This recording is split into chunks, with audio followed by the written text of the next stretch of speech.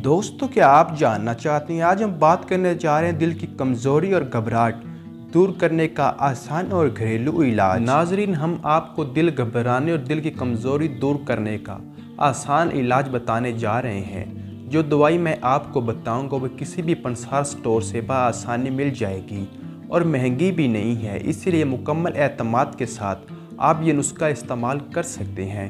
इंशाल्लाह आपको ये नुस्खा इस्तेमाल करके मायूसी नहीं होगी।